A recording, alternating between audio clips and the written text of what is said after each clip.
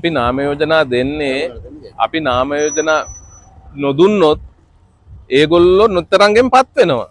ඒගොල්ලොන්ට අවශ්‍යතාවය තිබුණේ ඒක කරගන්න. ඉතින් නිතරංගෙන් පත් වෙනවා ඒගොල්ලෝ අපිට වෙන කතාවක් කියලා. එහෙමනම් අපේ එක්කෙනෙක්ව අපි කියන කෙනෙක්ව සභාපති කරගන්න පුළුවන්නේ. එහෙම පුළුවන් නම් ඒකටත් ඒගොල්ලෝ කැමති නැහැනේ.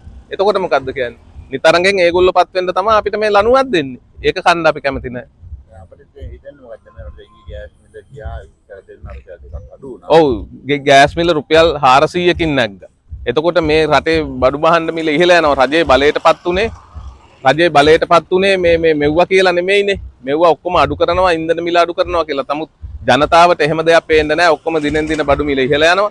රටේ දරිද්‍රතාවය වැඩි වෙලා තියෙනවා. ඒ හින්දා ජනතාව දැන් එළියට බහලා ඉන්නවා. ඒකට විරුද්ධව.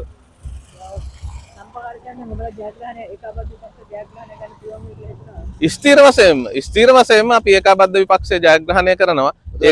ඒකට ජනතාව ඒකරාශි වෙලා ඉන්නේ. සියලු දෙනාම ඒකරාශි වෙලා ඉන්නවා. පොදු විපක්ෂයක් වශයෙන් අපි ඔක්කොම එක තැනකට එක් වෙලා ඉන්නවා මේකේ වෙනසක් ඇති කරන්න. ඒගොල්ලෝ ඇති කරපු වෙනස දැන් කිසිම තේරුමක් නැති වෙනසක් නේ. ඉතින් අපි මේකේ පැහැදිලිව පොදු විපක්ෂයක් ඇටියට හැමදෙනාම එක තැනකට එකතු වෙලා මේක ජයග්‍රහණය කරලා අපි මේකේ යහපත් පරිපාලනයක් මේ සම්පකාරය අරගෙන යන්න බලාපොරොත්තු වෙනවා.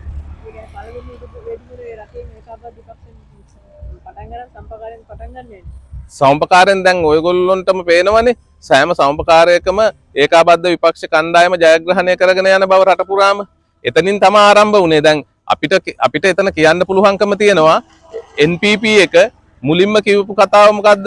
සෑම තැනම අපි සම්පකාර ජයග්‍රහණය කරනවා කිව්වා ජනාධිපතිවරණයට කලින්.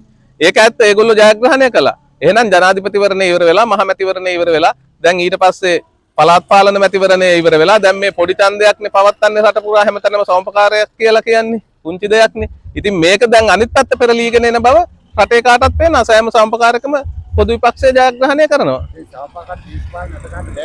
සම්පකාරයට දේශපාලනය අත ගහන්න බෑ. ඒක හරි. සම්පකාරයට දේශපාලනය අත ගහන්න බෑ. අපි දේශපාලනේ ගමේ මිනිස්සුනේ මේකට තරම් කරන්න ඕන. ගමේ මිනිස්සු අපි එක්ක ඉන්නවා. අපිට කතා කරනවා.